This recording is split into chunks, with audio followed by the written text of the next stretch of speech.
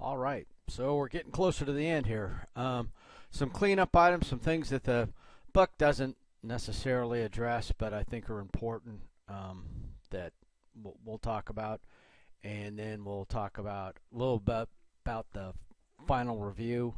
Final review is going to be done. I'll probably record it next week. Next week, obviously, is Thanksgiving, so if you look at the syllabus, we don't have anything scheduled for that week to kind of mirror up if we were doing in-person classes. But anyway, same sort of thing where there'll be a review video, and then the final, and the final will be done through the RP Now system, through UAA for just about all cases. Anyway, in any case, the UAA e-learning is the one who actually has the final, and they'll be the one to administer it. So, if you contact me, essentially all I can do is really forward your questions or whatever to UAA e-learning. But anyway, we'll spend a whole time on that. We've got a little bit of time. You've got the term paper, the homework, and stuff like that to be working on at this point. So, couple items I want to talk about. The big deal right now is inflation. Inflation. If you're holding cash, if you're saving money for something, hate to say it, but you lost a considerable amount of money this year, and I don't know about the whole transitory nature. We'll talk more about that a little bit. But if you're just holding money in cash, it's the buying power of it is going to be eroded quite quickly, or is being eroded, has been eroded. So even if you're getting a raise, unless your wages went up by at least 7% this year, you're working for less. So we'll look at some of the things you can do with your money, that you have to do something with your money. I've talked a fair amount about stock market. I'll talk again about real estate, and I'll touch on some of these other items. But I want to, I'm trying not to be anti towards a lot of things, but you need to.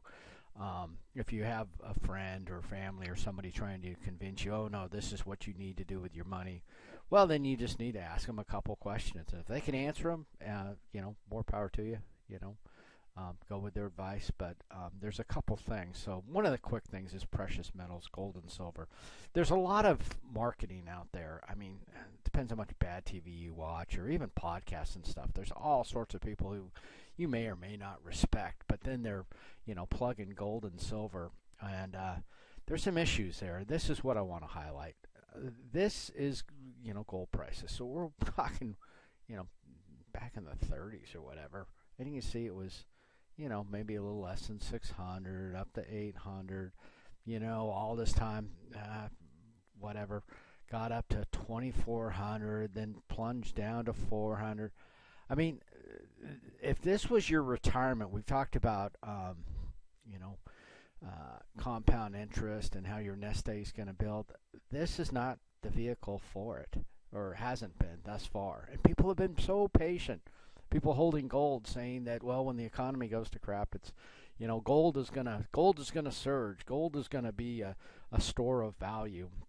And there's just been a couple problems with that. I mean, it's just we get back into fiat currencies, and how gold is we're not on the gold standard any longer, and other things. But one of the things that they've always said is that precious metals are supposed to be maybe a hedge against the stock market. When the stock market goes down, gold and silver are supposed to go up.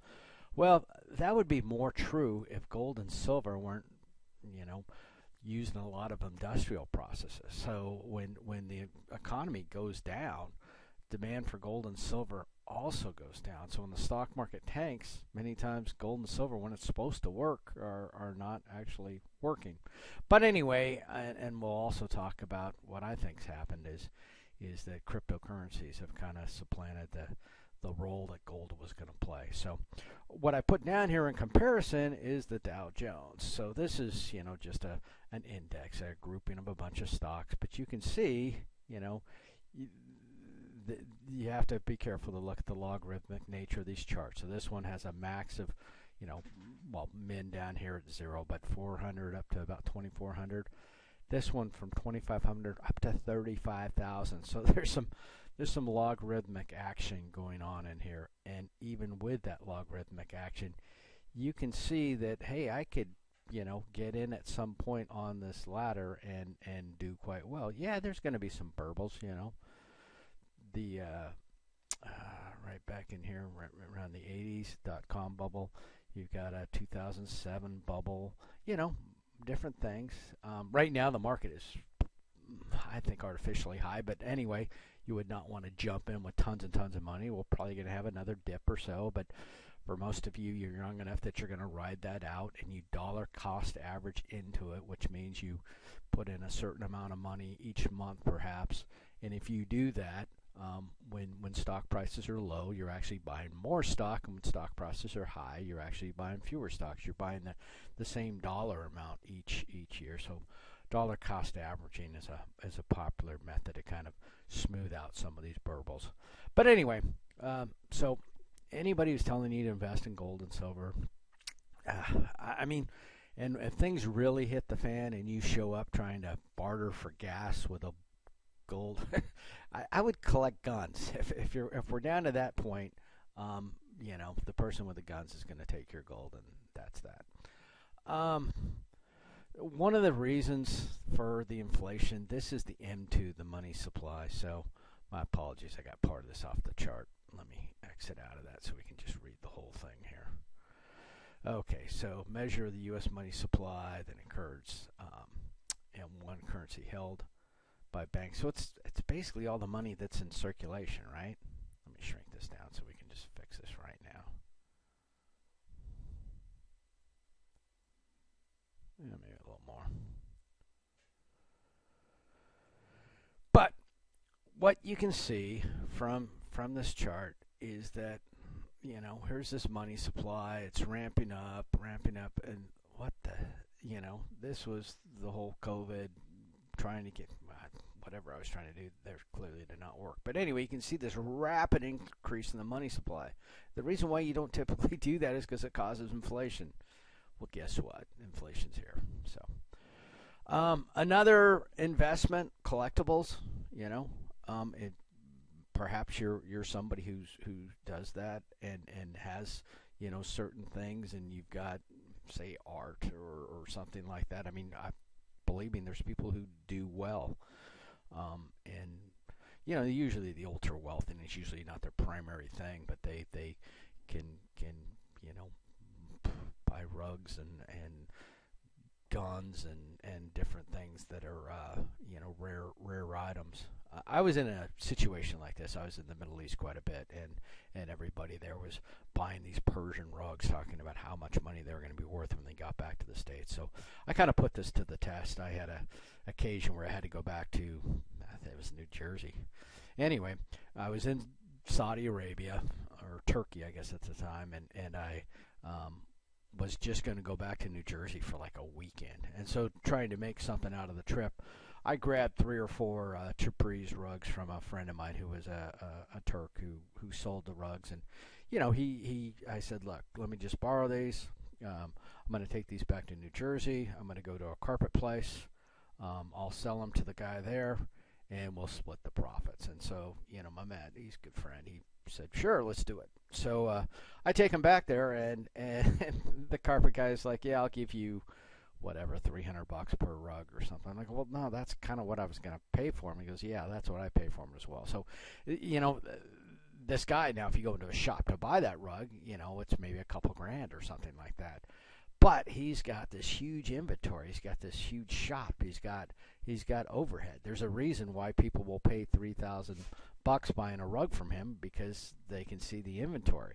As opposed to you, if you've got something that's super collectible, but yet you're trying to sell it on Facebook Marketplace or Craigslist, you're probably not going to get the top dollar. So anyway, that's why I skipped the rugs, and that's where I really started early investing in stocks, looking for a real investment or a better investment in my mind. But you always need, you can say something's worth whatever amount of thousands of dollars, but unless you've got somebody willing to pay you thousands of dollars, no, it's worth whatever the highest buyer is going to give you. Nothing more, nothing less. So anyway, it could be an option. Probably better than cash. It's I'll say the same thing about real estate, where If it's something that's going to inflate, and if prices are going to go up, um, then perhaps that's a good thing. But I know, like certain things, like classic cars, for example, man, when the markets dump, so do those prices. Demand for those things goes way down. So anyway, you just have to be smart about it. Might be part of your portfolio. Speculative stocks. The problem with this is people are incentivized to provide bad information. It all gets back to this concept of pump and dump. Let's say I own stock in some crappy company and I want to make money. If I can get that price, and it's supply and demand drives everything. Prices are driven by supply and demand. And if I can get people to think that this stock is the next big thing and artificially get that inflated, it absolutely doesn't matter what the quality of that company is. It doesn't matter what the future of that company is.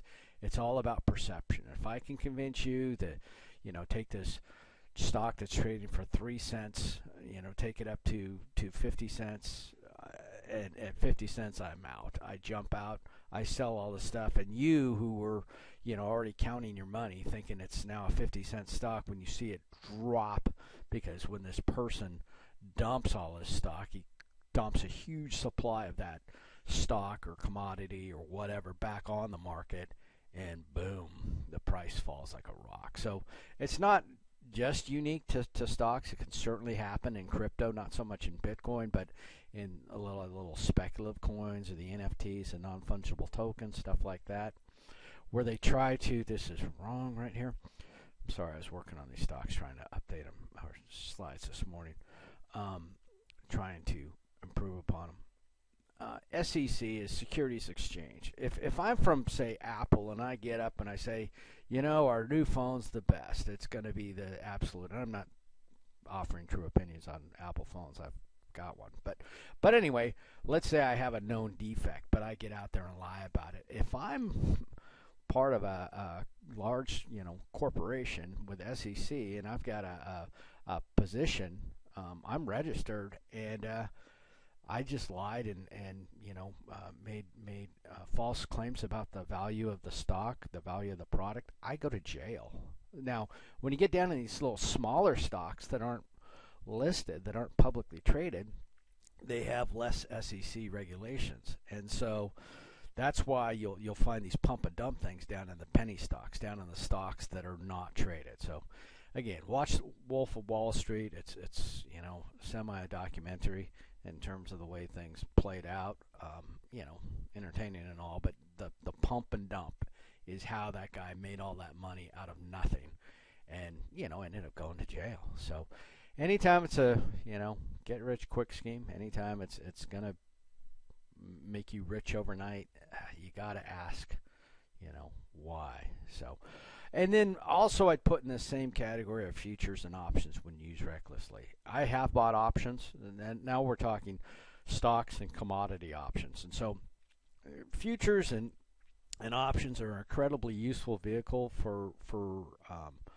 industry and the economy, and they do great things, but they can be very, very destructive to you financially if you just kind of wade into them.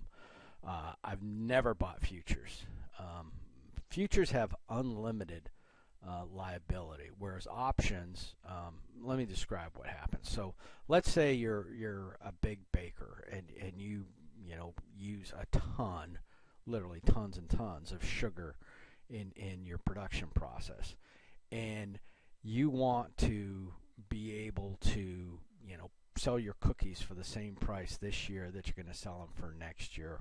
Or maybe even a better example is an airline. Let's say you're an airline and you want to sell tickets like a year out.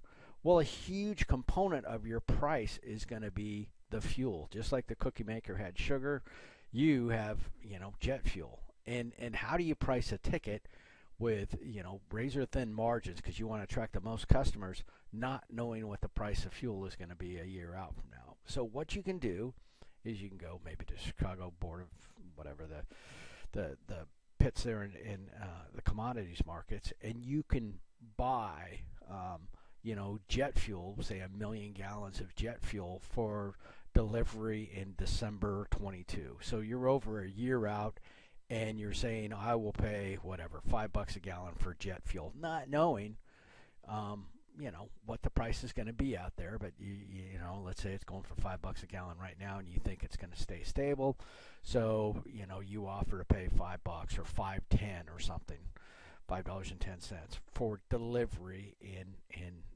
over a year out from now. And somebody, investor on the other side of this will go, you know what, I think prices are going to go down. I think I can deliver that 1,000,000 gallons of jet fuel, and I think I'm going to be able to buy it for, say, $4.80, and I'm going to make 30 cents a gallon on 1,000,000 gallons, and I'm going to basically take that bet. And so now you've got somebody on the other side, which is, that's the investor guy. But for you, for the airline, now you've got price stability. You know exactly what you are going to be paying for jet fuel a year from now because you've already pre-purchased it. Okay? And so it creates a great thing. Now, let's say jet fuel surges up to $7 and the investor's like, yeah, sorry, I can't deliver at that price. Yeah, sorry, you made a contract. You entered into a futures contract. So that's where the unlimited liability is. If you happen to be the investor on the other side of that bet, man, you can get cleaned out quite quickly. And that leads us to the next thing, is an option. An option is basically the same sort of vehicle where, but without the commitment.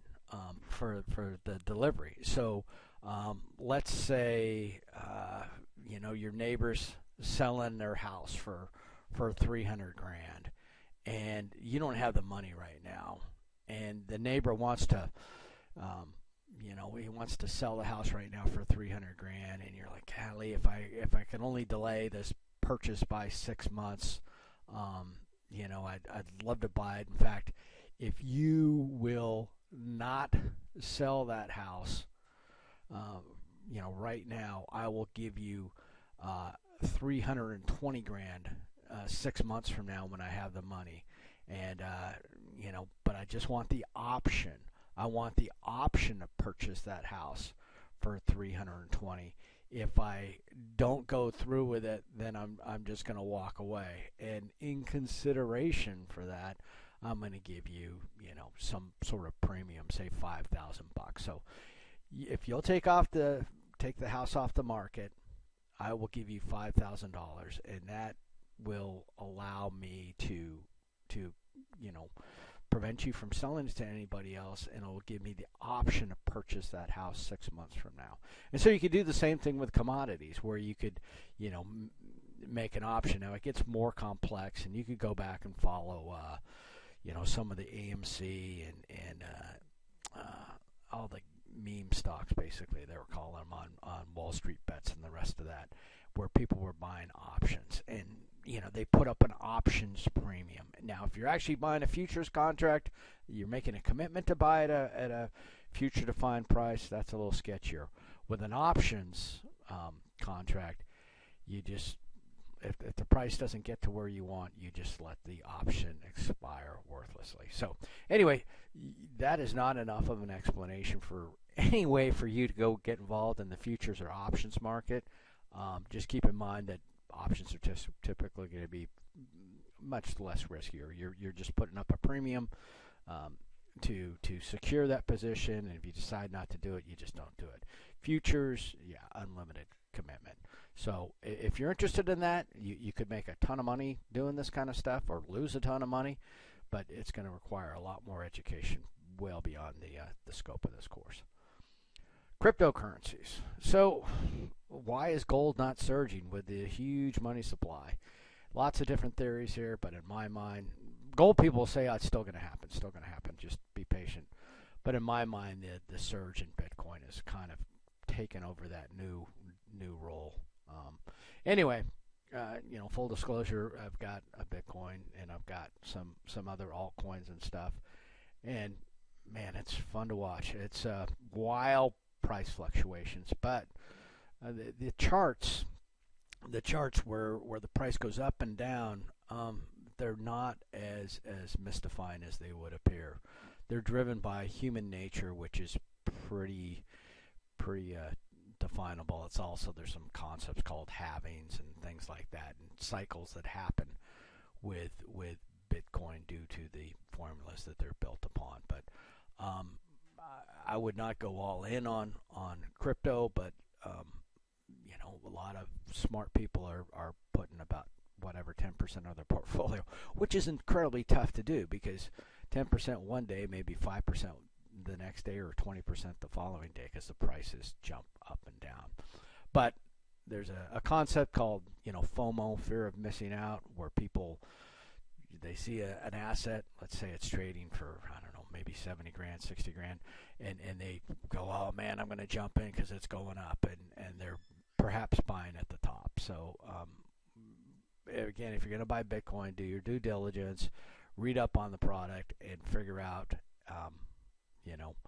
these cycles, and you're probably going to have to pay money for the information, because again, the concept of pump and dump is alive and well, especially in the altcoins.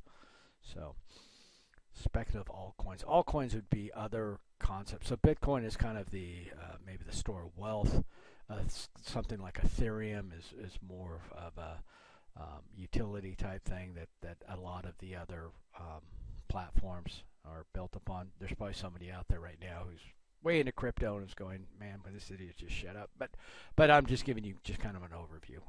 But Ethereum has quite a bit of utility, and then altcoins typically have specialty type things for decentralized finance and the rest of it. But the problem with this is, greed, envy, all those things are alive and well, and there's a lot of powerful people who do not have crypto or are quite jealous of those who do. So there's a lot of well-placed people and a lot of little guys who don't have any of this. And man, if they can't have it, the next best thing would be to ruin it for you. So it's a nasty environment, and the potential to completely change the financial world. When you get into decentralized finance, it really makes a lot of banking functions obsolete. The ability to have smart contracts and avoid a lot of the predatory fees and bureaucracy and political manipulation, it's disruptive. So there's going to be resistance, but especially with Bitcoin, more and more of these well-placed political opponents are becoming Bitcoin owners, which is hopefully going to provide some stability and also some protection. But anyway, probably part of your portfolio in the future, and really when you look at that M2 money supply, that chart with that just pumping the money in there, something has to be done. And for every action, there's an equal and opposite reaction, and I think Bitcoin is that. Real estate, one of my favorites. So tangible asset. I mean, this is just the opposite of crypto. If I go to my account tomorrow and my crypto account is zero, who do I call? I mean, you can't. The FBI doesn't know, that the SEC is not involved. It's scary in some aspects. But anyway, real estate, just the opposite. You can reach out and touch it. It does fluctuate some, different markets, but it's still, compared to on a scheme of all the investments out there, it's pretty damn safe. It's not going anywhere for the most part. Lack of liquidity. You cannot flip real estate. Well, flipping is actually a term they use in real estate, but they're still talking months, not days, not day trading in real estate for the most part. And inherent pledge from most inflation. It is, it's kind of a ship floating in the money out there, and when the tide rises, the rising tide raises all boats, and it's not cash, it's not anchored to the floor. It's going to float right on up and inflate with the rest of it. Now, don't get over whatever. If you're living in your own house and you're all excited because your house is worth twice what you paid for it, guess what? Your dream house is now also worth twice what you pay for it. So inflation, unless you've got multiple properties and you can sell a few, that's cool. But if it's the house you're living in, you're going to have to go buy something else that is also subject to inflation. So, and then the potential to enhance your life gets back to the tangible asset. If you're living in a nice place, having a huge amount of money or a huge amount of gold is that brings about the worst parts in people. But having the ability to live in a nice place and being able to share that with your friends, families, animals, that's worth it. So, plus the tax benefits of real estate, it's probably the best in terms of favorable tax treatment. Okay, now I'm going to jump into a couple other things. Whatever. I think a lot of people, there's kind of a crisis going on where people are frustrated with the current work environment. Like I say, wages are not going up like they should. And people are just, whatever, feel like they're working for some faceless corporation who doesn't value their whatever. And plus you get hammered on taxes because you don't have any, there's a reason why, Bezos and Elon Musk and these other guys are not paying taxes to the same extent, is because they're got their own business. They're working for themselves to a certain extent. Now, this doesn't need to be your primary gig, but some sort of side hustle, some sort of whatever. I just think that that's just a component of personal finance. Once you start to accumulate some wealth, if you can do something like that, and particularly if it's aligned with one of your hobbies, you're going to spend the money on this stuff anyway. The majority of the items I have, I like what I do, and so although most of my assets are all business investments, they're businesses that I enjoy, revolve around horses, dogs, other things like that. So anyway, if you're going to get in business, though, be careful how you set things up. So business ownership, the structure, sole proprietorship, from a tax perspective, from a liability perspective, is horrible. Okay, it's very easy to create it. You just put Bob's Painting or whatever out there, and you own it. Your money just flows on your individual tax return. Liability, though, let's say you're driving down the road with your painting business and a ladder flies off and goes through somebody's windshield and there's some horrific accident. They'll take you, they'll take your house, they'll take it all because your liability is unlimited. You and the person, the business are all one entity. So also upon your death, that business died. You were the owner and you're dead, as is the business. So for your heirs, it's a real problem. So there's a huge percentage of most businesses are sole proprietorship, but that's not a good thing. Partnership, I'm not a big fan of either. It's sort of the same sort of thing where you just have two owners, but now you have to agree. And you're also responsible for the actions of somebody else. So your money just flows right onto your tax returns. It is easy, again, just like a sole proprietorship. And then we get to a corporation. A corporation, there can be very many forms of corporations. It can be, any number of shareholders to include one, just one guy. But just the same, the corporation is a legal entity. You die, it does not die. It continues till it's dissolved. And the liability, so let's say this whole ladder scenario, you've got, Bob's Painting and your corporation, say an LLC or something like that. But anyway, some sort of corporation, and the ladder falls off, they can take everything involved with that business. So your house, that's not part of the business. Your other cars, your other vehicles, your other stuff, not part of the business. They can only take, obviously, the ladder, the truck, the paints, the whatever else you do to conduct that business. But anyway, you've got limited liability. And a lot of times that's enough to prevent the lawyers from getting involved. If they know, if somebody goes to you get hurt in an accident and you go to a lawyer, and if there's not money in it, you're going to have a tough time finding a lawyer because they generally want to work off a part of that settlement. And if somebody is, and I'm not saying to be irresponsible here, but if somebody is going to have an accident and they're in limited status, the chance of even them initiating a lawsuit is quite a bit less. So you do minimize some legal bills. So different forms of corporation, S corporation, legal entity. I actually M&S Corporation. I've had an LLC before. Um, Not a big deal. But anyway, the primary reason, the reason I went to an S is for the tax purposes. Um, but the liability is the limited liability is the financial reason. So I'm not going to spend too much time on this stuff, but I just want you to know, kind of the overview. So if you see something. So these slides will just kind of come over some of the items. Yep. Sole proprietorships. Why? Because they're easy. So that's why 70%. Are they smart? No. A C corporation, this is one that issues stock and does things like that. Partnerships, S corps, about a quarter. So easy, yeah, secret. But taxed at individual rates, and then can't be solved easily, yeah, or die or just stop it, because there's very little involvement in terms of, you're going to get a business license, but you're not going to file any corporate paperwork. So unlimited liability. Scarce external funding.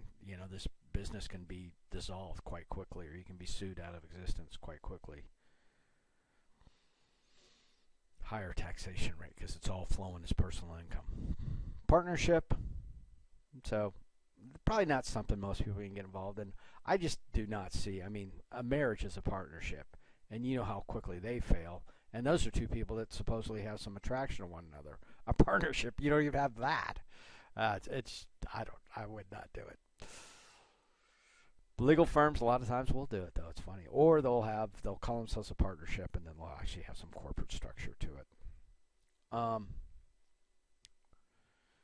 Balance, same sort of things. These are not necessarily unique to partnerships. Types of partnerships, and then limited partnerships. Sometimes, I've been involved in investments. It was actually a real estate investment. It looked kind of sketchy, but I was being brought in as a limited partner, just providing some money. And the reason why I was a limited partner was because I wanted limited liability. This general partnership, unlimited liability for debts. Well, these guys buffooned the real estate development. The development not only lost the investors' money, but lost money. They didn't even have it as part of it. Their liability was unlimited. It went into their personal funds. Me being a limited partner, and I think I actually didn't even suffer at all financially, but again, it was because these guys got cleaned out, wiped out. And limited partnership, I couldn't say, hey, I think you need to do this, or you need to paint them this, or the development needs. I could not be involved in management. I could not, I was a limited partner and could not be involved. I worked for way back when I was delivering pizzas for a limited partnership. The bunch of dentists were involved in a pizza place, and oh my God, they had this place run by, just this guy who was completely dysfunctional. But these poor dentists couldn't get in there and tell him how to run the business, because if they did, they would no longer be limited partners. They would be, in essence, full partners and subject to all of that. So anyway, a lot involved in it. Not a big fan of partnerships. Again, if you're going to go for a partnership, you're probably going to be using a lawyer in the process. To set up an LLC or an S-class, not a big deal. Done it myself many times. Advantages of partnerships. I'll let them speak for themselves. Disadvantages, the liability. Yeah, now you have to bring somebody else in and try and sell them on your... anyway. Taxation. Beyond the scope of this course. Corporation. So, yeah, they can be sued. A corporation, much to the chagrin of a lot of people, a corporation is an entity. It has personhood in terms of the courts. And the big boys are all corporations for the reasons that I've outlined before. And you too can have, some form of corporation. Now they're getting into stocks and dividends, because this is going to be a C corporation where they're going to be doing all that. Not all corporations need to be organized like that. But if you want rapid growth, you need money, and raising capital by selling stock is an option, but well beyond the scope of this course. I created one of these by hitting the wrong drop-down box on one of the state websites one time. Not a big deal. Filed it and then dissolved it. Domestic, foreign, alien, way outside scope. Private corporations, initial public offering. That you'll see IPOs, initial public offering, is when a company goes from being a private company into a public registered kind of company. And when that happens, that gets back into that speculation part on stocks. Not probably as bad as penny stocks, but keep in mind that you need to be fairly well placed in the financial world to get in, truly get in on the initial public offering. A lot of times you'll be buying it as secondary stock when it's actually on exchange. But anyway, beyond this. Too far in the weeds, boards of directors, preferred stocks, we talked about this before, not a big deal. Common stock, most all stock is just regular common stock. Voting rights per share, right? So if you own 20 shares of Apple and, whatever, Gates or Bezos or Buffett owns millions of shares, they get 1 million votes, you get your 10 votes. So, but perpetual life, expansion potential, all these other things for corporations. Joint ventures, can happen beyond the scope. S-class eliminates double taxation, very popular with entrepreneurs. So you may very well find yourself in an S-class. My tax person, I've always, I consider myself fairly competent in taxes, but I had her run the returns and it came out better than mine. So I'm happy enough to admit that there's can be more to it, but it has to do with a holding corporation and but multiple layers, so it can get complex, and somebody who does that every single day is got some assets. Limited liability, a very common way that you might get involved. Cooperative, probably not going to happen. A lot of times these have to do with agricultural cooperatives and other things, but sometimes there's housing cooperatives. Could see it.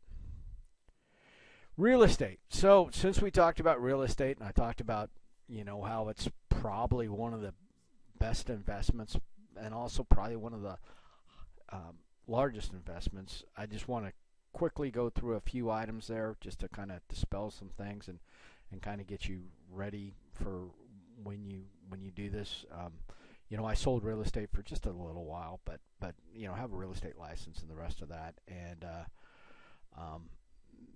there's a lot of things that people may know or will certainly find out, but maybe sort of take the anxiety out of it. But pre-approval, you got to know how much you're worth. You have to go to a mortgage company, preferably local, and figure out what you're going to qualify for. That's the only way you'll be able to go out and knowledgeably look for a house, and any agent that's worth of salt will require that of you.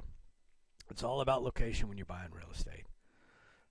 Licensee, real estate agent, like I say, they call them licensees up here rather than agents. The agent is a term that they use a lot of times in the lower 48. There's been so many scandals and kind of things going on with Alaska real estate where they don't even call them agents.